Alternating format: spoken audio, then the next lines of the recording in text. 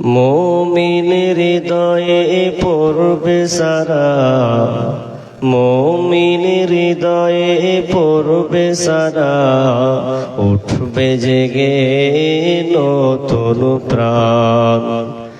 একটি বছর পরে আবার ফিরে আসছে মাহে রমজান। একটি বছর পরে আবার ফিরে আসছে মাহে রমজান। আল্লাহ তাআলার তরে রোজা পালন করো হে গুনাহগার, নিজের হাতে দিবেন তিনি সিয়াম সাধনার পুরস্কার। আল্লাহ তাআলার তরে রোজা পালন করো হে গুনাহগার, নিজের হাতে দিবেন তিনি সিয়াম সাধনার পুরস্কার। রমজানের রোজা পালন আল্লাহ তাআলার ফরমান। রমজানের রোজা পালন আল্লাহ তাআলার ফরমান। একটি বছর পরে আবার ফিরে আসছে মাহে রমজান। একটি বছর পরে আবার ফিরে আসছে মাহে রমজান। রমজানেরই মাসে প্রভু সত্য পথে গর্ব জীবন, বিপদ আপদ থাকবে না যে ঠিক মতো হয় যদি রোজা পালন।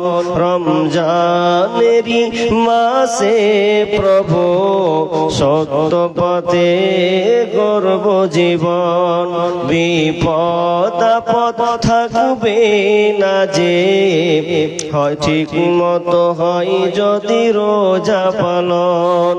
রমজান সে তো ঢাল স্বরূপ, হৃদয়ে ভরিয়ে গাও তারি গান। রমজান সে তো ঢাল স্বরূপ, হৃদয়ে ভরিয়ে গাও তারি গান। একটি বছর পরে আবার ফিরে আসে মাহে রমজান। মুমিনের হৃদয়ে পড়বে সারা, মুমিনের হৃদয়ে পড়বে সারা, উঠবে জেগে নতুন প্রাণ। একটি বছর পরে আবার ফিরে আসছে মাহে রমজান। একটি বছর পরে আবার ফিরে আসছে মাহে রমজান।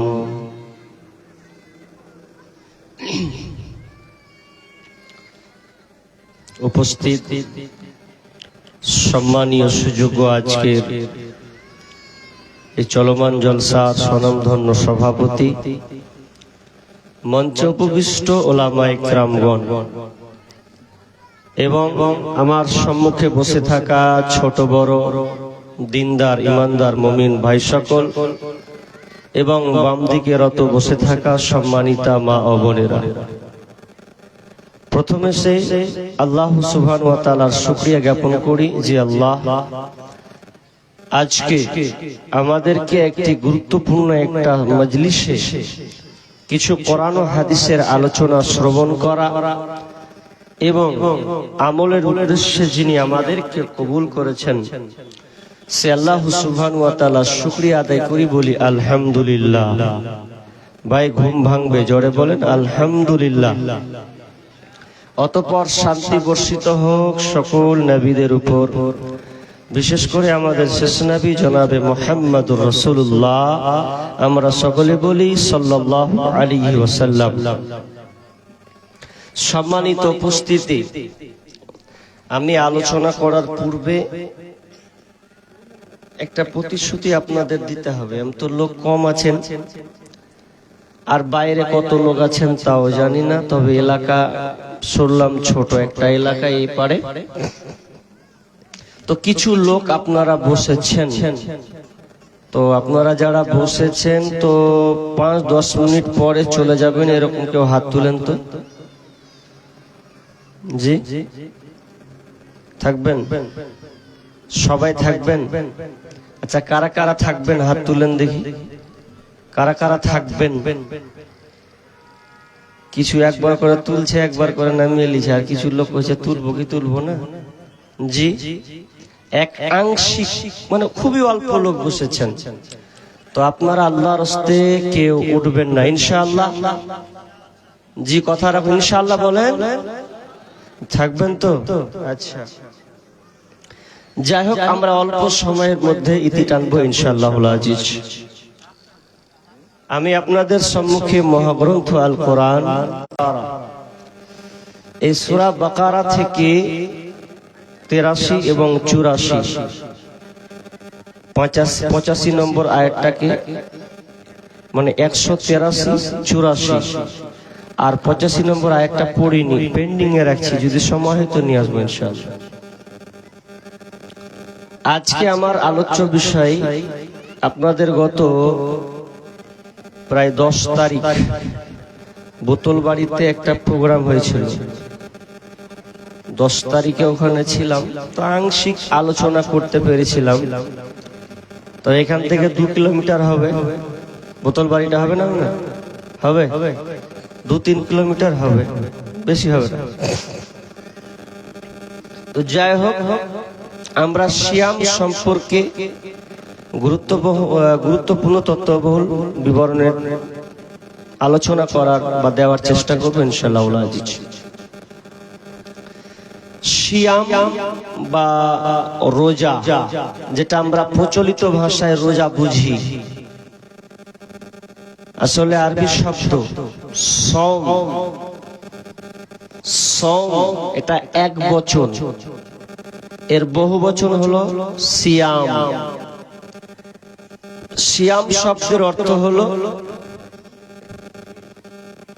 বিরত থাকা, অটল অবিচল থাকা।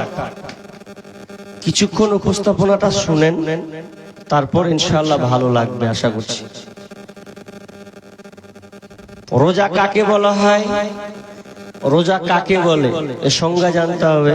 যেহেতু রোজা রাখবো, রোজা রাখতে গেলে রোজা সম্পর্কে জ্ঞান রাখতে হবে। জি কি হলো তো?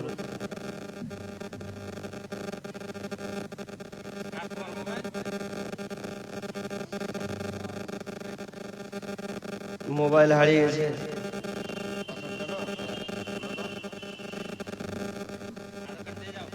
আচ্ছা খুলে, আচ্ছা যাও যাও। হারিয়ে গেল রে বাপ, তো কিছু দিয়ে হয়ে গেলি না রে। এত বড় একটা মোবাইল পেলে খুশি হয়, এত একটা সুন্দর সুযোগ, খুশি হয় তো দেওয়ার দরকার ছিল। হ্যাঁ আচ্ছা আচ্ছা আচ্ছা, যাক যাক। মানুষ শুকরিয়া আদায় করতে জানে না কখন কিভাবে আদায় করতে হয়। পেয়ে নিলাম মানে পেয়ে নিলাম নাকি, এ হচ্ছে আমাদের বাস্তবতা। তো সিয়াম বা রোজা, সিয়াম কাকে বলে এটা বলছিলাম, কারণ সিয়াম সম্পর্কে আপনাকে জ্ঞান রাখতে হবে। রোজা বা সিয়াম কাকে বলে ইসলামী শরীয়তি ভাষায়? সুবে সাদিক থেকে নিয়ে কত লিয়ালি রে ভাই, ওর কাছে টাকা নেই, ওর তরফ থেকে তুমি দিলে তো 100 টাকাটা খুব কম হচ্ছে। মোবাইলটার দাম জানো? তাহলে আর 100 টাকা ব্যয় করো দেখি, আর 100 টাকা দাও দেখি, হবে ইনশাআল্লাহ। আলহামদুলিল্লাহ, যাক খুব খুশি। 500 টাকা আসবে না, ও 100 টাকা দিলে এই যে 200 টাকা বলছে ও তরফ থেকে দিলে, যাক আল্লাহুম্মা সাল্লি আলাইহি ওয়া বারিক আলাইহি। যাক আল্লাহ তোমার মোবাইলকে হেফাজত করুক। জি কি বললাম ভাই, রোজা কাকে বলে, এদিকে অ্যাট্রাকশন হন। ইসলামী শরিয়তি ভাষায় যেটা রোজা, সঙ্গে আপনাকে দিচ্ছি প্রাপ্ত বয়স্ক সক্ষম মুসলিম নর নারীকে সুবেহ সাদিক থেকে নিয়ে সূর্যাস্ত পর্যন্ত খাওয়া পান করা, ভালো করে বুঝেন, খাওয়া পান করা, স্ত্রী মিলন সম্ভব করা এবং অগর্হিত কাজ অন্যায় অশ্লীল থেকে বিরত থাকার নামই হলো সিয়াম। সঙ্গে যদি বুঝে আসে তাহলে আপনি সবকিছু বুঝে ফেলেছেন, আর সঙ্গে যদি না বুঝতে পেরেছেন তাহলে আপনি ধোকার মধ্যে আছেন। জি, গুরুত্বপূর্ণ একটা সাবজেক্ট যেটা আপনি সামনে ইচ্ছা পোষণ করেছেন যে রোজা রাখবো, তাহলে রোজা রাখতে গেলে আগে রোজার হুকুম আহকাম নিয়ম কানুন আপনাকে জানতে হবে। কারণ আপনি একটা রোজা 12 ঘন্টা 14 ঘন্টা ধরে রাখবেন, তাহলে আমার রোজাটা থাকলো কিনা, আমার রোজাটা আল্লাহর কাছে কবুল হলো কিনা, আমি কেমন করে রোজাটাকে অতিবাহিত করলাম, তাহলে এই বিষয়গুলো আপনাকে জানতে হবে। জি, এই বিষয়ে আপনাকে জ্ঞান অর্জন করতে হবে, জানতেই হবে। এটা হবে কি ফরজে আইন, অর্থাৎ বাধ্যতামূলক আপনাকে জানা লাগবে, এটা জ্ঞান অর্জন করতে হবে। এজন্য আমরা এই বিষয়ে আজকে আলোচনা করার চেষ্টা করছি। আচ্ছা, আপনারা বলেন দেখি, আপনারা ক্লাস করি আজকে, আপনারা বলতে পারেন কিনা ইসলামের বুনিয়াদ কয়টি? সাধারণ লোক বলেন তো দেখি, ইসলামের বুনিয়াদ কটা? জি, এক অপরের দিকে তাকাচ্ছে, বলুন, জোরে বলুন। 5টি। রাইট আনসার, জি, উত্তর ঠিক দিয়েছেন। ইসলামের স্তম্ভ বা খুঁটি হলো 5খানা। বুনিয়াল ইসলাম আলা খামস, শাহাদাতি আল্লাহ ইলাহা ইল্লাল্লাহ ওয়া ইকামিস সালাহ ওয়া ইতাইজ যাকাত ওয়াল হজ্জ ওয়া সাওমি রমাদান। আর অন্য হাদিসে আছে ওয়া রমাজান ওয়া হজ্জাল বাইত। 5টা স্তম্ভ, 5টা খুঁটি রয়েছে, তার মধ্যে হচ্ছে রোজা। এই রোজাটাকে আমাদের এই স্তম্ভের মধ্যে পড়ছে। রোজা কাকে রাখতে হবে, কাকে রাখতে হবে না, কার জন্য ছাড় আছে, কার জন্য অনিবার্য রাখতেই হবে, এই বিষয়ে আজকে আমরা আলোচনা করব। তবে মন দিয়ে যদি শোনেন তো বলবো, আর লোক যদি ভাগতে লাগেন তাহলে জানবো যে অসন্তুষ্ট। আমিও মেন জায়গা দিয়ে আমি বিদায় নিয়ে নেব। যত তাড়াতাড়ি পালাবেন তত আমার সুবিধা হবে, এটা মাথায় রাখবেন। যত তাড়াতাড়ি করবেন আমার সুবিধা। কিনা প্রোগ্রাম প্রতিদিন করছি, 16 তারিখ পর্যন্ত শেষ হবে। জি, যাই হোক, দান যদি আসে ভাই আপনারা লিখিয়ে একটু আলোচনা করি। তো রোজা কত গুরুত্বপূর্ণ একটা ইবাদত, এটা খুব দামি একটা ইবাদত। এর জন্য আজকে আমাদেরকে জানতে হবে রোজা কি, কেন, কিছু আমরা জানার চেষ্টা করি। বিসমিল্লাহির রহমানির রহিম। ইয়া আইয়ুহাল্লাযীনা আমানু কুতিবা আলাইকুমুস সিয়াম কামা কুতিবা আলাল্লাযীনা মিন ক্বাবলিকুম লাআল্লাকুম তাত্তাকুন। রব্বুল আলামিন সূরা বাকারার 183 নম্বর আয়াত, আল্লাহ রাব্বুল আলামিন আমাদেরকে বলছেন, কাকে সম্বোধন করছেন? তো ঈমানদারকে সম্বোধন করছেন। ইয়া আইয়ুহাল্লাযীনা আমানু, হে ঈমানদারেরা, কুতিবা আলাইকুমুস সিয়াম, তোমাদের উপরে রমজান মাসে রোজাকে ফরজ করেছি, তোমাদের উপরে রমজান মাসে রোজাকে ফরজ করেছি। কামা কুতিবা আলাল্লাযীনা মিন ক্বাবলিকুম, এবং তোমাদের পূর্ববর্তী যারা, তাদের উপরে রমজান মাসে রোজাকে ফরজ করেছে। তোমাদের উপরে যেমন রমজান মাসের ফরজ করা হয়েছে, শুধু তোমাদের উপরে নয়, যারা তোমাদের পূর্ববর্তী আগেকার পূর্বপুরুষ যারা, আগে নবীগণ যারা চলে গেছেন, তাদের উপরে রোজা ফরজ ছিল। তবে তাদের রোজা আর আমাদের রোজা একই রকম ছিল কিনা? হুবাহুব একই রকম মিল ছিল না। তবে আমরা আয়াতে আল্লাহ রাব্বুল আলামিন আমাদেরকে জানিয়ে দিলেন, ওরে ঈমানদারেরা শোনো, তোমাদের উপরে রমজান মাসের রোজাকে ফরজ করেছি, যে তোমরা যদি আঙ্গুল তুলো আর বলো এত কঠিন রোজা কি আমাদের উপরে? জি না, শুধু আমাদের উপরে নয়, পূর্ববর্তী যারা ছিল তাদের উপরেও রোজাটা ফরজ ছিল। ওদের আগেকার রোজা ফের আরো কড়া ছিল। একটা একটা করে বলবো তো আপনি বুঝবেন যে তাহলে আমাদের খুব সহজ, আপনি আশ্চর্য হয়ে যাবেন। আদম আলাইহিস সালামের সময় রোজা, জি আদম আলাইহিস সালামের সময় রোজা, শুধু তাই নয়, নূহ আলাইহিস সালামের সময় রোজা। এই হাদিস, একটা হাদিস আছে জয়ীফ হাদিস, হাদিসটাতে বলছে যে নূহ আলাইহিস সালামের সময় ঈদুল ফিতর আর ঈদুল আজহা এই দুটা বাদ দিয়ে সারা বছরই রোজা হতো, সারা বছর। আমাদের তো একটা মাস ফরজ হয়েছে, ওরা সারা বছর রোজা রাখে। আর মুসা আলাইহিস সালামের সময় রোজা ছিল কিরকম করে? আল্লাহ রাসূল যখন মক্কা থেকে মদিনায় চলে গেলেন, মক্কা থেকে মদিনা যাওয়ার পরে হিজরত করে যখন তিনি মদিনায় গেলেন, তো মদিনা যাওয়ার সময় তিনি ইহুদিদেরকে দেখতে পেলেন। ইহুদিরা ওরা দেখছে, বিষ্ণু বলছেন ইহুদিরাকে দেখতে পেলাম তারা আশুরার দিন রোজা রাখছে। ইবনে আব্বাস রাদিয়াল্লাহু তাআলা হাদিসটি বর্ণনা করছেন। তখন তিনি আল্লাহ রাসূল ওই ইহুদিরকে বললেন, ইহুদিরা রে মাহাদা, এটা কি, এটা তোমরা কি রাখছো, এটা তোমরা কিসের রোজা পালন করছো? ইহুদিরা বলছেন আমরা এই রোজা রাখার কারণ হলো, আমরা যে রোজা রাখছি এই রোজাটা হলো ফিরাউনকে ডুবিয়ে মেরেছিলেন, বনী ইসরাইলের কওমকে ফিরাউনের হাত থেকে নিরাপত্তা দিয়েছিলেন। এই জন্য নবী মুসা আল্লাহর শুকরিয়া আদায় করার জন্য এই রোজাটা তিনি রেখেছিলেন।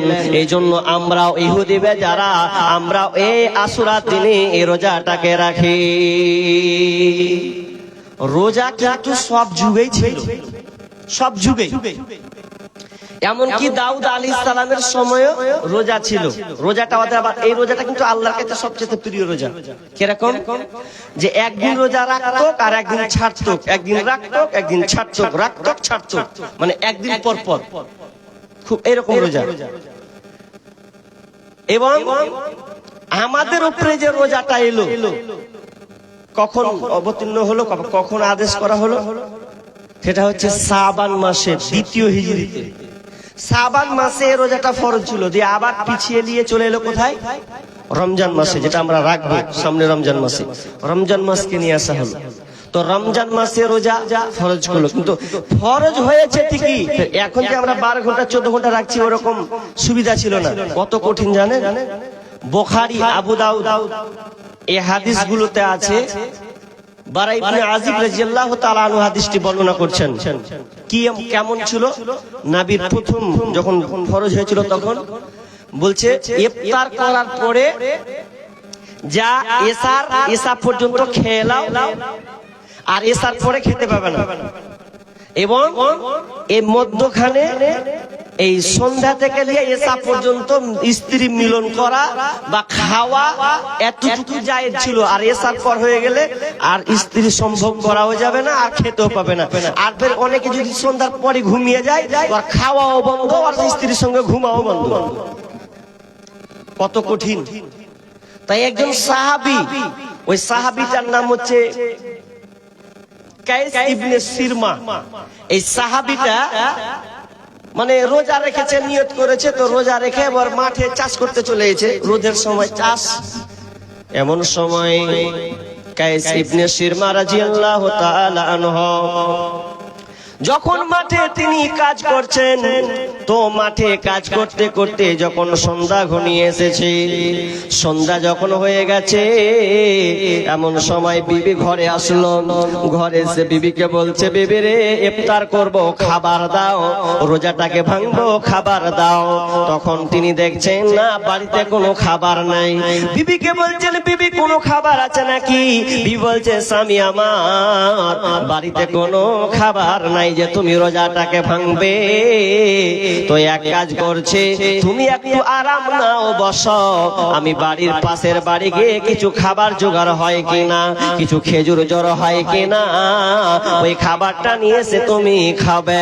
স্বামী বলছে ঠিক আছে, যা দেখ পাশের বাড়ি কাউরে খাবার পাস কিনা। তখন তিনি আরাম বসতে লাগলেন। ক্লান্ত মানুষ যখন ক্লান্ত হয়ে গেলেন, তো হুট করে তার ঘুম চলে এসেছে। আর যেমনি ঘুম আসা, সম্পূর্ণ ঘুমিয়ে পড়েছেন, টোটালে যেন জ্ঞান হারিয়ে ফেলেছেন, ঘুমিয়ে গেছেন।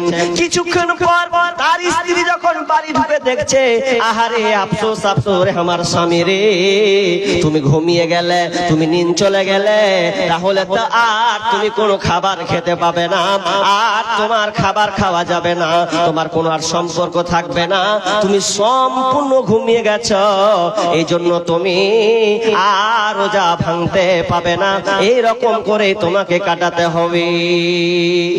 যখন এইরকম হয়ে যাওয়া সম্পূর্ণ, যখন সকাল হয়ে গেল, কোনো খাবার নাই, তিনি খাবার আর খেতে পাচ্ছেন, খেয়ে ফেলেন না।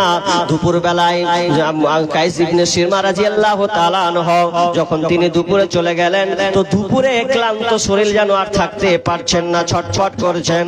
এমন সময় তিনি জ্ঞানকে হারিয়ে ফেললেন, অজ্ঞান হয়ে গেলেন। এমন সময় সাহাবীরা যেন দৌড়ে ছুটে আসলো, দৌড়ে এসে সাহাবীরা তার মুখে পানি ঢেলে দিল, রোজাকে ভাঙিয়ে দিল।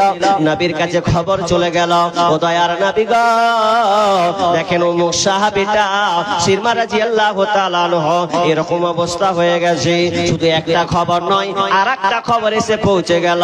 খবরটা কি? উমর রাদিয়াল্লাহু তাআলা আনহু তিনিও সেই দিন রাতের বেলায় স্বামী স্ত্রী মিলন করে ফেলেছেন, অথচ সেই সময় হারাম ছিল রাতের বেলায়। যখন তিনি মিলন করে ফেলেছেন, নবীর কাছে খবর চলে গেল, উমর রাদিয়াল্লাহু তাআলা আনহু এই ঘটনা ঘটে গেছে। যখন এই ঘটনা ঘটে যাওয়া, এর পরিপ্রেক্ষিতে আল্লাহ সুবহানাহু ওয়া তাআলা সূরা বাকারা 187 নম্বর আয়াতকে বর্ণনা করে দিলেন, উহিল্লা লাকুম লাইলাতাস সিয়ামি রাফাসু ইলা নিসাইকুম হুন্না লিবাসুল লাকুম ওয়া আনতুম লিবাসুল লাহুন্না। আল্লাহ সুবহানাহু ওয়া তাআলা বললেন, তোমাদের জন্য রাতে, তোমাদের জন্য রাতে, রোজার সময় রাতের বেলায় তোমরা স্ত্রী সম্ভোগ করো, এটা তোমাদের জন্য বৈধ করে দিলাম, এটা তোমাদের জন্য হালাল। তোমরা রাতের বেলায় স্ত্রী সম্ভোগ করবে, এটা তোমাদের কোনো সমস্যা হবে না, এটা তোমাদের কোনো অপরাধ হবে না। শেষে আল্লাহ সুবহানাহু ওয়া তাআলা বললেন, এবং শুধু তাই নয়, কুলু ওয়াশরাবু, তোমরা খাও, পান করতে থাকো, কতক্ষণ পর্যন্ত তোমরা খাবে, পান করবে, যতক্ষণ পর্যন্ত এই কালো রেখা, এই রাত্রিটা যতক্ষণ পর্যন্ত সাদা রেখা না আসবে, ফজরের পূর্বে পর্যন্ত তোমরা খেয়ে যাও, পান করতে থাকো, এতে তোমাদের কোনো অসুবিধা নাই। আপনার গলাতে যা আটে আপনি চালিয়ে যান, আপনার পাইপে যা যায় আপনি খেয়ে যান, জীবনে আর কোনো বাধা নেই।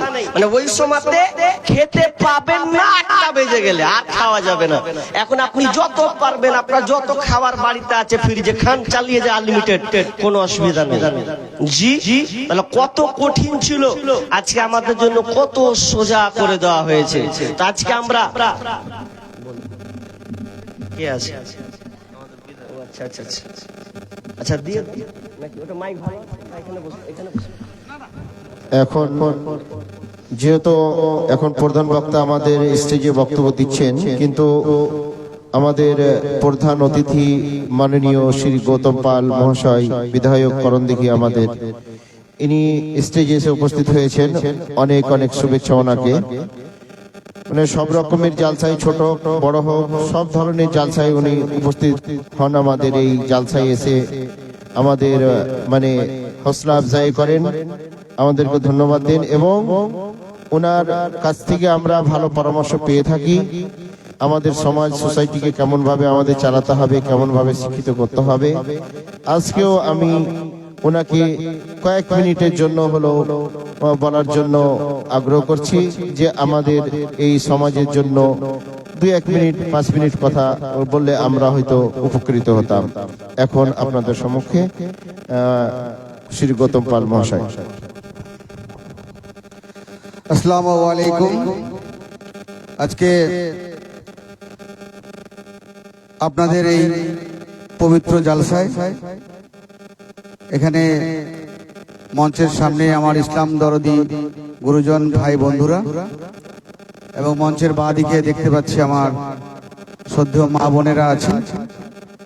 তৎসহ এখানে প্রধান বক্তা বক্তব্য রাখছিলেন, সুন্দরভাবে আলোচনা করছিলেন, এবং জালসা কমিটির সভাপতি, সম্পাদক, কোষাধ্যক্ষ সহ অন্যান্য অতিথিবৃন্দ, মৌলানা সাহেব,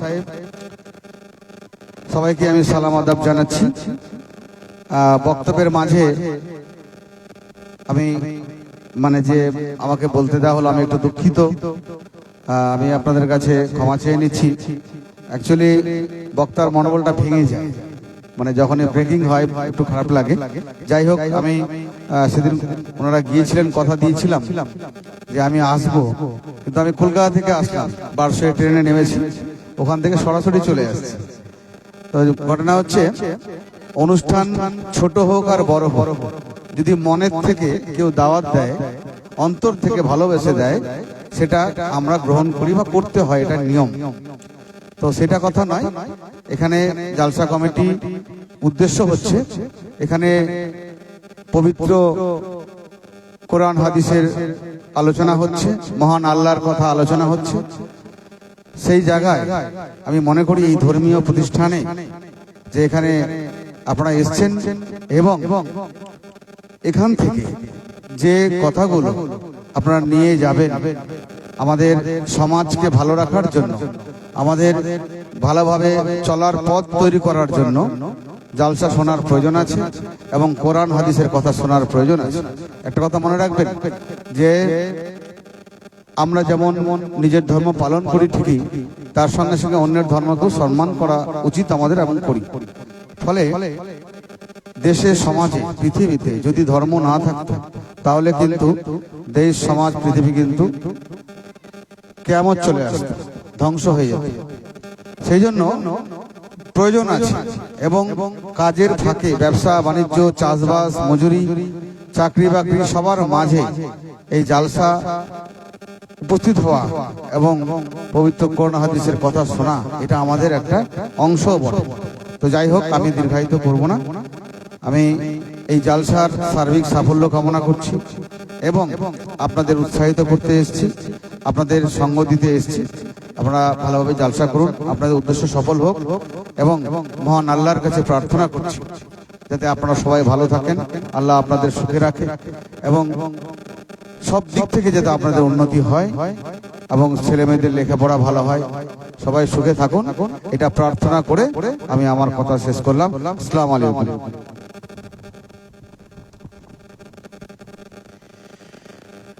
ওই প্রধান অতিথি শ্রী গৌতম পাল মহাশয়ের পক্ষ থেকে এই জালসার উন্নতি কল্পে 10,000 টাকা দেওয়ানো হয়েছে। অসংখ্য ধন্যবাদ সুপরামর্শ দেওয়ার জন্য শ্রী গৌতম পাল মহাশয়কে।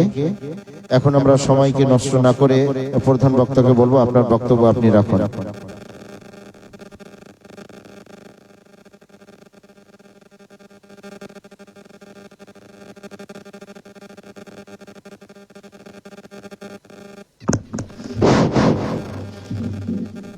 জি, আপনারা উঠেন না, বসুন, আল্লাহর রাস্তে বসুন। আচ্ছা, হ্যাঁ, আপনাদের যেটা বলছিলাম ভাই, যে আলোচনাটা করছিলাম, শেষ পর্যন্ত যেখানে আপনি ব্যাক কেটে রেখেছিলাম, কোনখানে ছেড়েছিলাম আপনাদের মনে আছে? মনে আছে? দেখি আপনারা কি কি বলে ছেড়েছি, বলি শুনি। জি, হ্যাঁ, খাওয়া দাওয়া। জি, মাশাআল্লাহ। যাক, খাওয়া দাওয়াটা ওটাই তো গুরুত্বপূর্ণ কথা না? জি, খাওয়া দাওয়াটা তো আপনারা শুনছিলেন। তো আপনারা বসুন ধৈর্য সহকারে। এরপরও কিছু কয়েকটা লোক কেটে গেছে, দেখলাম কিছু লোক কেটে গেছে। আল্লাহর রাস্তে মা বোন, আপনারা কথা বলিয়েন না, আপনাদের জন্য গভীর তথ্য কথা আছে, ধৈর্য রাখুন। হাজি, আমরা যদি ভাত খাই কিংবা রুটি খাই, যদি আমরা ভাত ধরি আর গিলেলি, এ ভাতের মজা আপনি পাবেন? জীবনে পাবেন না। ভাতকে যখন চিবাবেন, চিবিয়ে খাবেন, ভালো করে মুখে লাগাবেন, চিবিয়ে খাবেন, তখন আপনি প্রকৃত ভাতের স্বাদ পাবেন। আলোচনাটা হচ্ছে ওই রকম, আপনাকে টানা কিছুক্ষণ শুনতে হবে, শুনতে শুনতে শুনতে যখন আপনি গভীরে যাবেন তখন আপনাকে ভালো লাগবে। জি, আমরা বক্তা হাসির খোরাক নয় যে আপনাকে হাসিয়ে হাসিয়ে আপনার নুঙ্গি খুলে দেব। জি, ওই বক্তা আমরা নই। তবে প্রাসঙ্গিক কিছু কথা এলে আপনাদেরকে তখন বলি। জি, বলছিলাম আল্লাহ তাআলা পূর্ববর্তী লোকদের উপরে রমজান মাসে রোজা ফরজ করেছিলেন এবং উম্মাতে মুহাম্মাদী প্রথম লগ্নে কেমন সিয়াম ছিল এটা আপনাদের বুঝালাম। আর এটা এখন আমাদের জন্য সহজ হয়ে গেল। কেমন? ইফতার করলেন, ইফতার করে ফজরের পূর্বে পর্যন্ত আপনি যত খাওয়া পান করা যা কিছু করেন কোনো সমস্যা আপনার নাই। জি, দিয়ে আল্লাহ কি বলছেন? লাআল্লাকুম তাত্তাকুন।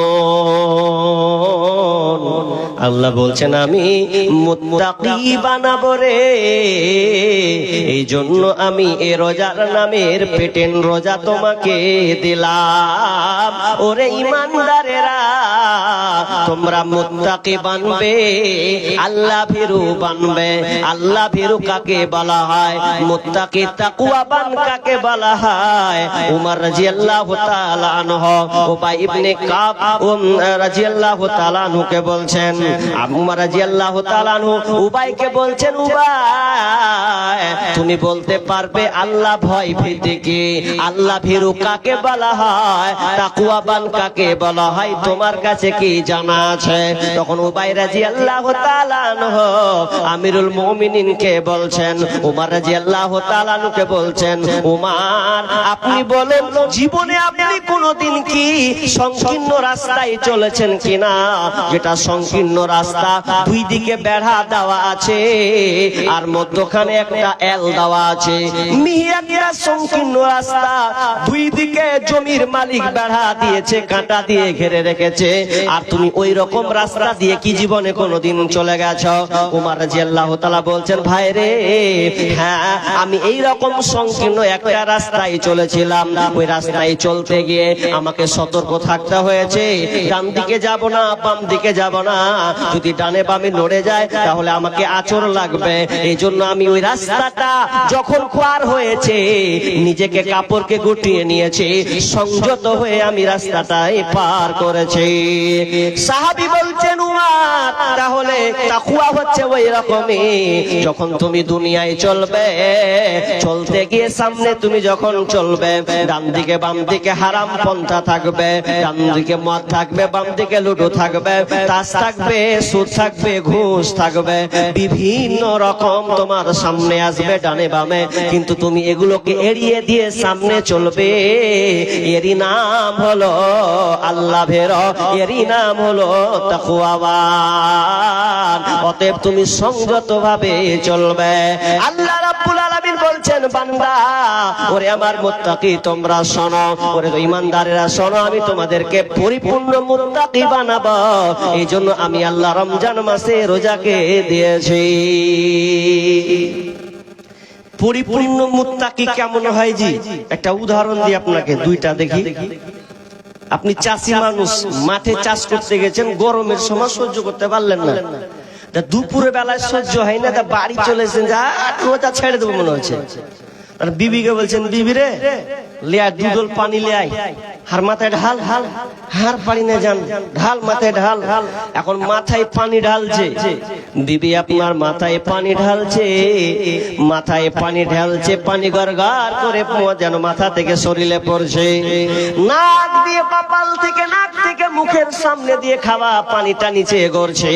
অথচ আপনি বলেন তো, আপনি হলে গোসল করেছেন, আমরাও গোসল করেছি, যখন মাথায় পানি ঢালা হয় তখন মুখের সামনে দিয়ে পানি আসে। আচ্ছা বলুন, যদি আপনি মনে করেন যে ওই মাথার উপর দিয়ে যখন পানিটা আসবে, মুখের সামনে আসবে, তখন যদি আপনি একটু মুখে নিয়ে এরকম করে দেন, আচ্ছা যদি গিলে দেন, আচ্ছা কেউ দেখতে পাবে, বুঝতে পারবে? একে খালা মাইক তো কি দিয়ে দেবো?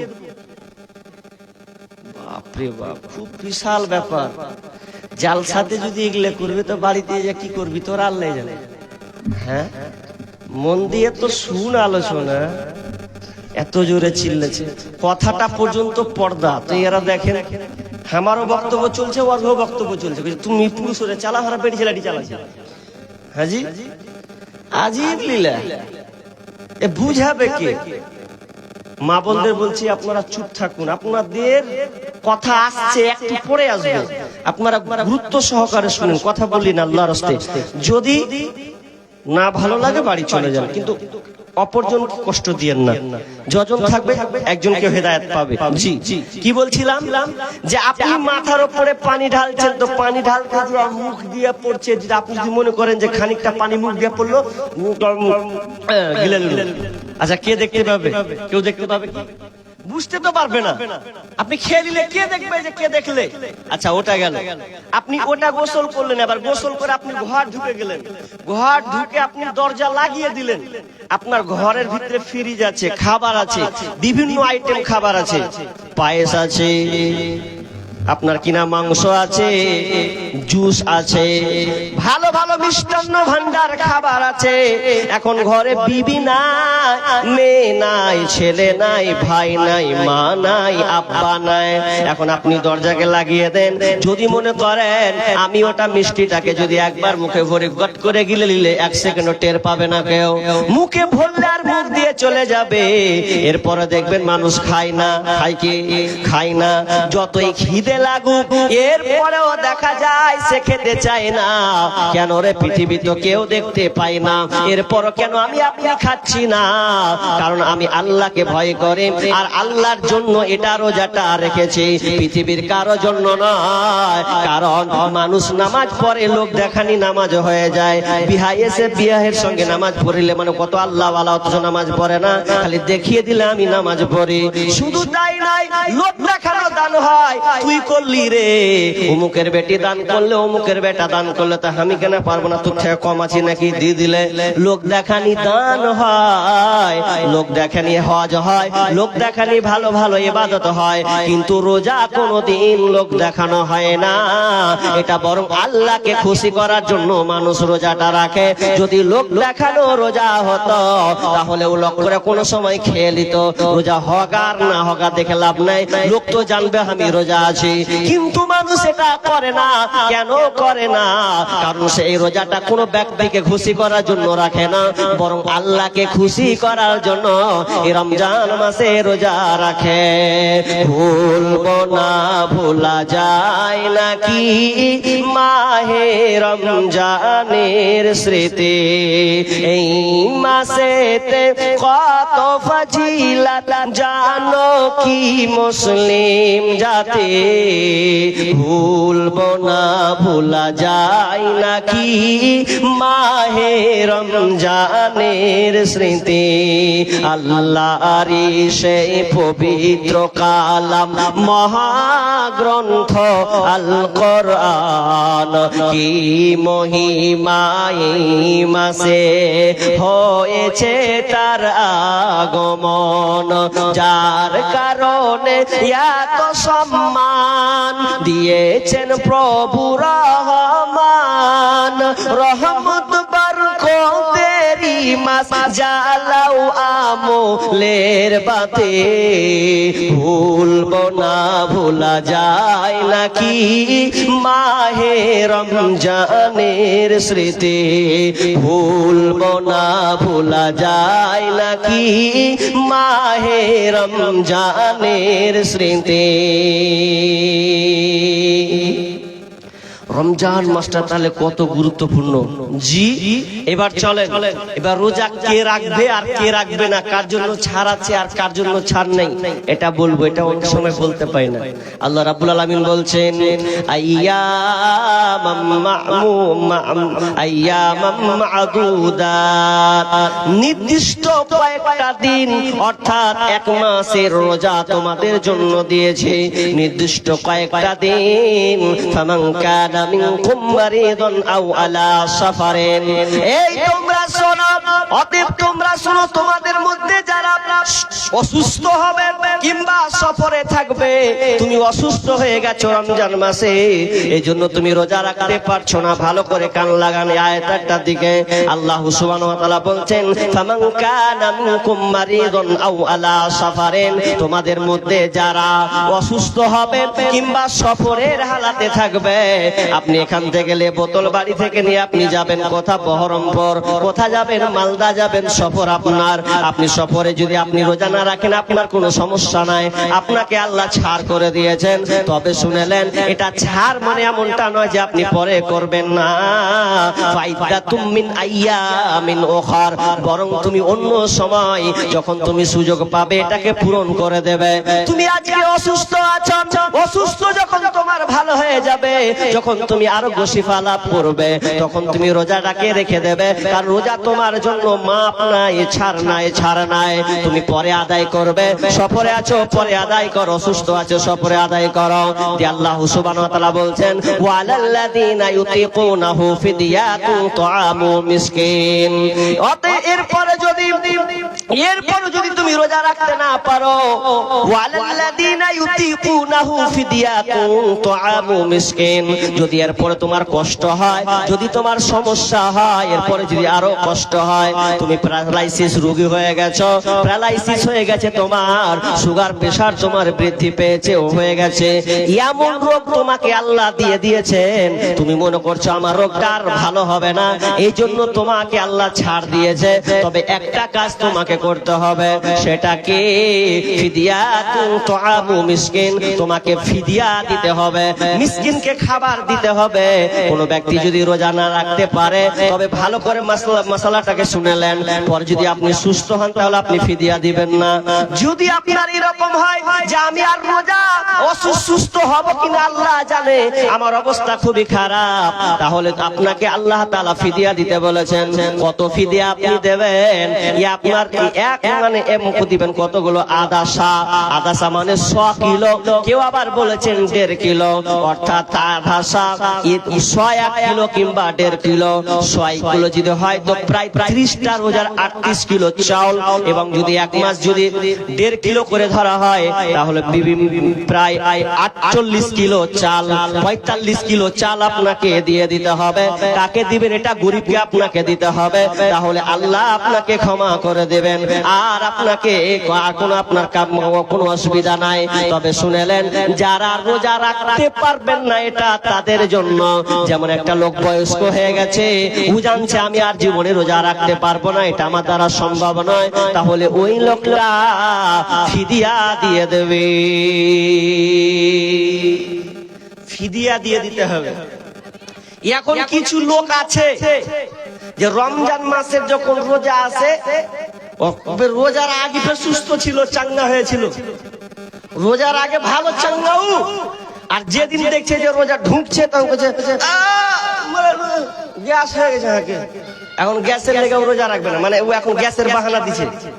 তো তুমি গ্যাসের বাহানা যদি মারো তাহলে শুনে নাও, একজন মৌলানা ফতুয়া দিয়েছে, জানি না আর ফতুয়াটা কতটা সঠিক। ওকে একজন চলে গেছে, বলছে মৌলভী সাহেব আমি রোজা রাখতে পারবো না। কেন রে? বলছে আর গ্যাসের প্রবলেম, থাকতে পারবো না। তখন মৌলভী সাহেব তখন বলছে, তুই যখন রাখতে পারবি না তো তোকে ফিদিয়া দিতে হবে। তো তখন গুনে গুনে বলছে, তুই দিনে কত খাস? দিনে 150 টাকা চলে যায়। তাহলে দিনে যদি তুই 150 টাকা যদি তোর দিনে চলে, ওকে ওকে মানে একটু মোগর দেওয়ার লেগে, তো দিনে যদি তোর 150 টাকা করে চলে, তাহলে মিনিমাম তোকে এক কাজ করতে হবে, 100 টাকা করে যদি তুই খাস মিনিমাম, তাহলে 3000 টাকা হয়েছে না? হয় না? হয়েছে তো নাকি? 3000 টাকা হয়েছে। তোকে বলছে তাহলে তুই 3000 টাকা দিয়ে দিবি। আর যখন কয়েছে তুই 3000 টাকা দিয়ে নিবি, তুই আপনার বাড়ি চলে যা, চিন্তা করছে 3000 টাকা দিতে হবে। তখন তারপর দিন ওই ফের রোজা রেখে দিয়েছে, তার জোহরের নামাজ আগা দিয়ে কাতারে। তখন কইছে হ্যাঁ হ্যাঁ তুই জোহরের কাতারে, মানে কইছে রোজা রেখে দিয়েছি, রোজা কেউ ছাড়ে, যাই হবে মরি তো বাঁচি, রোজা রাখবো। এখন পয়সার কথা শুনেছে তো আর পিছলি চমকে গেছে যে পয়সা দিতে হবে, মানে ছাড় হবে কিনা ও অপশন খুঁজে বেড়াচ্ছিল, ছাড় নাই। তো রোজা আপনাকে রাখতে হবে। তবে যে মেয়েরা প্রেগনেন্ট বা দুগ্ধবর্তী অর্থাৎ বাচ্চাকে দুধ পান করায়, তারা রোজা রাখবে কি রাখবে না? তারাও রোজা রাখবে যদি ওই মেয়েটা যদি মনে করে যে না আমি পারবো, যদিও ওদের জন্য ছাড় দেওয়া আছে যে একটা মেয়ে বাচ্চাকে দুধ পান করাচ্ছে, তাহলে এটা সে যদি রোজা রাখে তো বাচ্চার ক্ষতিকর হবে।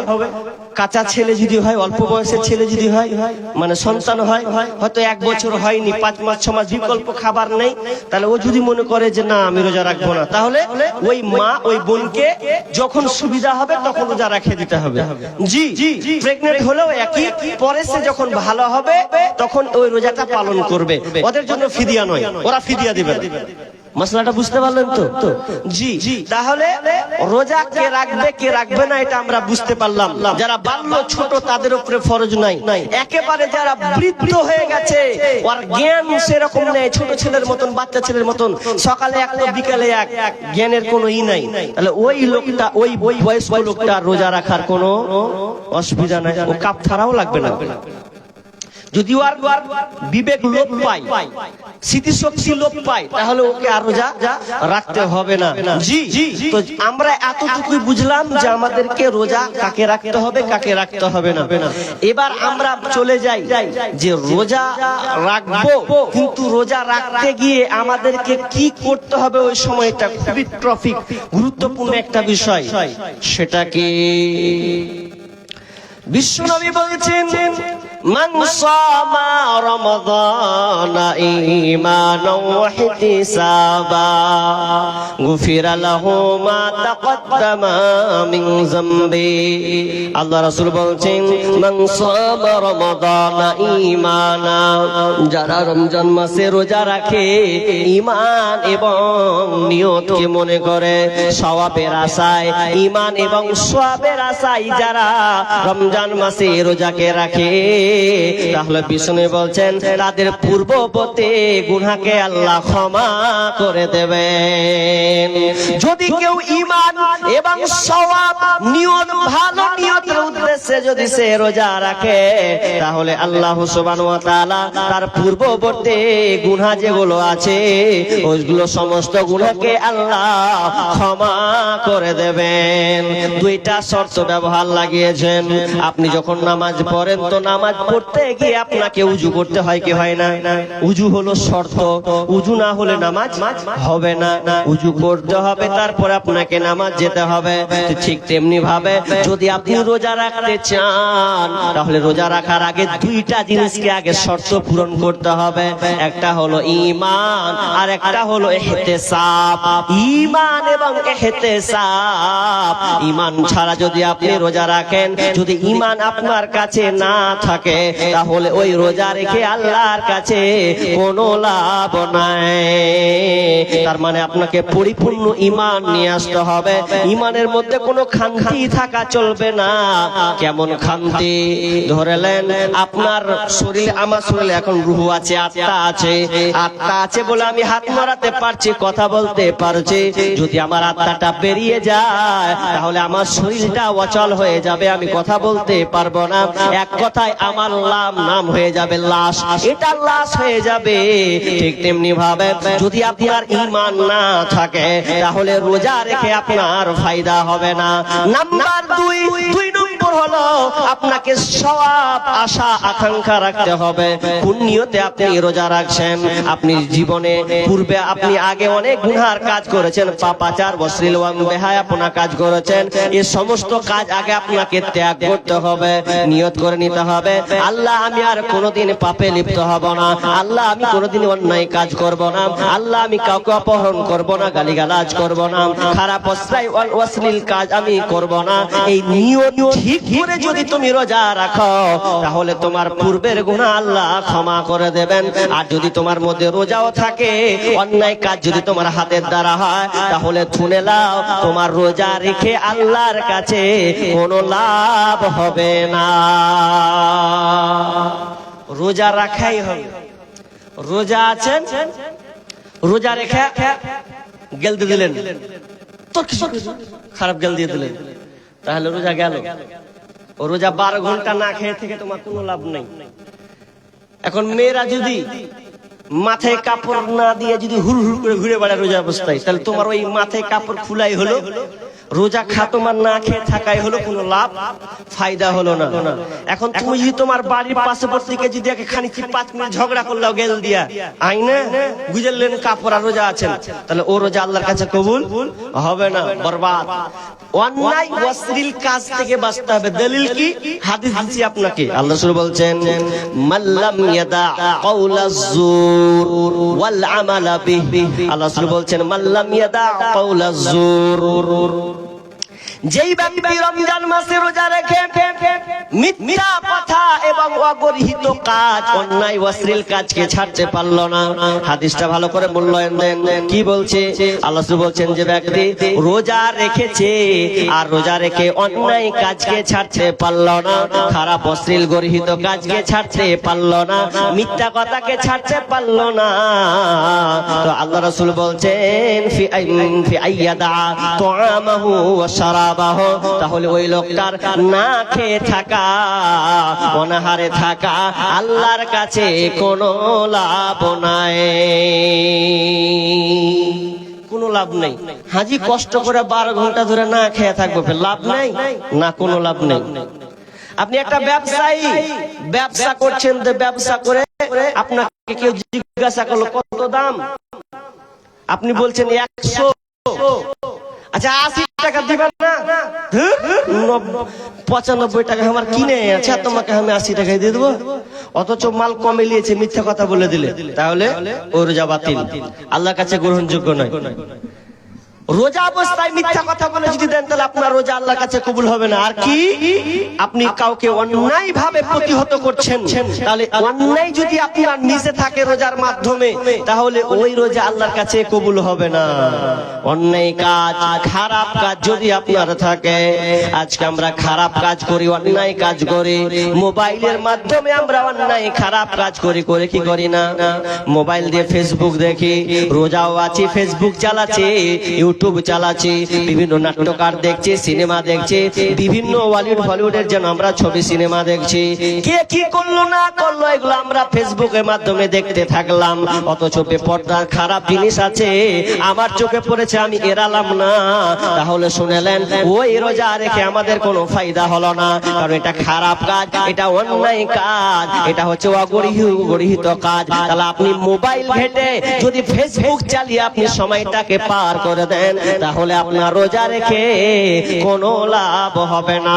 আজকে মোবাইল মাধ্যমে আমরা অনেক অন্যায় অশ্লীল কাজ করছি, মোবাইলের মাধ্যমে মিথ্যা কথা বলে, মোবাইলের মাধ্যমে অনেকে গালিগালাজ করে, এমনকি যখন একলাই নির্জনে থেকে যায় কেমন করে টাইম পাস করব, ওই জন্য মোবাইলটা চালাতে গিয়ে ইউটিউবে চালিয়ে দিলাম, কোন কিছু ভালো কিছু আমরা দেখলাম না। আজকে বর্তমানে মানুষ ভালোর চাইতে খারাপটাকে প্রাধান্য দিয়েছে বেশি। মেয়েরা তো সবচেয়ে পারদর্শী হলো, কোন আপনার সিনেমা কিংবা সিরিয়াল কোনো কিছু হলো কিনা, এটা মেয়েরা সবচাইতে পারদর্শী, এমন তারা দেখতে বাহাদুর হয়ে গেছে, ছোট ছোট শর্ট ভিডিও গুলোকে তারা দেখছে এবং থামবে আপনার কিনা টুইটার বানাচ্ছে, অনেক কিছু তারা জিনিসকে, শর্টকাট জিনিসকে দেখছে। এভাবে যদি সময়টাকে পার করে দেন, তাহলে এই রোজাটা আল্লাহর কাছে কখনো মতে কবুল হবে না, ওই রোজা আল্লাহর কাছে কোনো লাভ নাই। তাহলে আমরা অত্র হাদিস থেকে এতটুকু শিখলাম যে আপনি রোজা আছেন, তো রোজা যখন আছেন তখন আপনাকে অন্যায় ছাড়তে হবে, অশ্লীল পরিপূর্ণ আপনাকে ছেড়ে দিতে হবে, আপনি যেগুলো খারাপ কাজের সঙ্গে যুক্ত ছিলেন সব ছাড়তে হবে, তাহলে আল্লাহ আপনার পূর্ববর্তী গুনাহ মাফ করবে। অত সস্তা নয়। তাহলে হাদিসটা ওটাই বলতো, মান সামা রমাদানা গুফিরা লাহু মা তাকাদ্দামা মিন যামবি, ঈমান আর ইহতিসাব দুটো ছেড়ে দিতেন। ঈমান আর ইহতিসাব দুটাকে আল্লাহ রাসূল যোগ করেছেন, এই দুটা তোমার আগে শর্ত লাগবেই, তাহলে আল্লাহ তোমার রোজাকে কবুল করবেন, নচেত করবে না। তাহলে দেখুন আজকে বর্তমানে রোজা যে আমরা রাখছি কষ্ট করে, কিন্তু অন্যের সঙ্গে জড়িত আছি না নাই? মোবাইলে যে কত কি টাইম পাস করছি আল্লাহ আকবার। অনেক জিয়ং ছেলেকে দেখছি রমজান মাস যখন আসে কি করবে ও খুঁজে পায় না, অথচ আমার একটা বিষয় আছে রমজানের পূর্ব প্রস্তুতি, রমজানকে আপনি কিভাবে স্বাগতম জানাবেন, এটা ইউটিউবে আমার মানে বক্তব্য আছে 1.5 ঘন্টা, যে আপনি কেমন করে রমজান মাসটাকে সাজাবেন, কেমন করে আপনি টাইমকে ক্রস করবেন, পার করবেন, যাতে শয়তান আপনাকে ধোঁকায় না ফেলে। জি, নিজেকে আগে পাপ মুক্ত হতে হবে, পাপ মুক্ত এবং পাপের কাছ থেকে দূরে থাকতে হবে। তো পাপের কাছ থেকে যদি আমি দূরে থাকি, তো মোবাইলটা তো বেশিরভাগ পাপাচারে নিয়েছে, তো মোবাইলটা আপনার পকেটে থাকছে কি থাকে না? মোবাইলে সবসময় আপনার পকেটে। আর আমরা যখন ফেসবুক প্রথমে শুরু করে দিলাম, তাহলে আমি একটা জিনিস দেখতে গিয়ে আর একটা দেখছি, যে টাইম ক্রস করে দিচ্ছি, তাহলে তো আমি ভুল করছি। আর মোবাইলের কথা বলবো কি, তা আমি প্রায় জায়গাতে একটা মোবাইলের নাম দেওয়া আছে আমার সোশ্যাল মিডিয়াতে। মোবাইল যে আমরা ব্যবহার করছি, এই মোবাইলটার নাম হচ্ছে মোবাইল চৌধুরী, পাক্কা বেঈমান, মানুষকে খারাপের দিকে নিয়ে যাবে। দেখেন আজকে মোবাইলের কারণে সংসারগুলো ছারখার হচ্ছে, স্বামী স্ত্রীর সম্পর্ক নষ্ট হচ্ছে মোবাইলের কারণে। আগে মোবাইল ছিল না তো এত সম্পর্ক মানে এত খারাপ আচরণও ছিল না। স্বামী ঘরে আসতো, স্বামীর খিদমতে শুরু হয়ে যেত। আর এখন কি হয়েছে, বাড়ি ঢুকছে তাও দেখছি মোবাইল খুচুর খুচুর করে, এই যে পানি দে দিচ্ছি, জি বসো দেখেলি, আর ভালোবাসা নেই। ঘুমাতে যাচ্ছে তাও মোবাইল, স্বামীর কাছেও মোবাইল আছে, বিবির কাছেও মোবাইল আছে, আছে না নাই? দেখবেন আগেকার জামানাতে স্বামী স্ত্রী এক বিছানায় যদি ঘুমিয়েছে, তো গল্প করেছে কিনুক্ষণ, 5 রকম গল্প করে তারপরে ঘুমিয়েছে। আর এখন ওই গল্প করার সময় নাই, ওর হাতে মোবাইল, স্বামীর হাতে মোবাইল, ও আলাদা দেখছে, ও আলাদা দেখছে, চলছে টাইম ক্রস। এটা আমি ভুল বলছি কি? বাস্তবে তো এটাই হচ্ছে। আপনার বিবির হাতে মোবাইল, একই বিছানা একই খাট, এরপরে 2টা মোবাইল চলছে। আচ্ছা বলুন, স্বামী স্ত্রীর মহব্বত কোন দিকে থাকবে? পার্থক্য চলে যাচ্ছে। আর মোবাইলের কারণে স্বামীর প্রতি ভালোবাসা আসতে দিন কমছে, পরপুরুষের দিকে আকৃষ্ট বেশি হয়েছে। খালি ছেলেটাও বলছে যে আর বহুটা কেমন রে, শালা এরকম পেতুক ভালো হতো। মেয়েটাও বলছে যে আর স্বামীটাও যে কেমন পেনু, আর বাপ কোন দিকে দেখলে না দেখলে। মনে মনে ওর একটা ওয়াসওয়াসা আসছে, জি জামানা মোবাইলে খাইছে, জামানা ফেসবুকে খাইছে, অল্প বয়সের ছেলে মেয়ে প্রেমে জড়াইছে, জামানা মোবাইলে খাইছে, জামানা ফেসবুকে খাইছে। সকাল বেলা বাবা বলে যা সরে কোথায়, বাবার কথা শোনার মতো সময় যে আর না। রাস্তার পাশে বসে বসে ছেলেরা, রাস্তার পাশে বসে বসে ফ্রি ফায়ার খেলছে, জামানা মোবাইলে খাইছে, জামানা ফেসবুকে খাইছে, জামানা মোবাইলে খাইছে, জামানা মেসেঞ্জারে খাইছে। বিবাহিতা মেয়ে যখন ফেসবুকে ঢোকে, হ্যান্ডসাম ছেলে দেখে সে তো প্রেমে পরে। স্বামী সন্তান সব ছাড়িয়া, ও মেয়েরা স্বামী সন্তান সব ছাড়িয়া নতুন প্রেমিককে চাইছে, জামানা মোবাইলে খাইছে, ওকে খাইছে।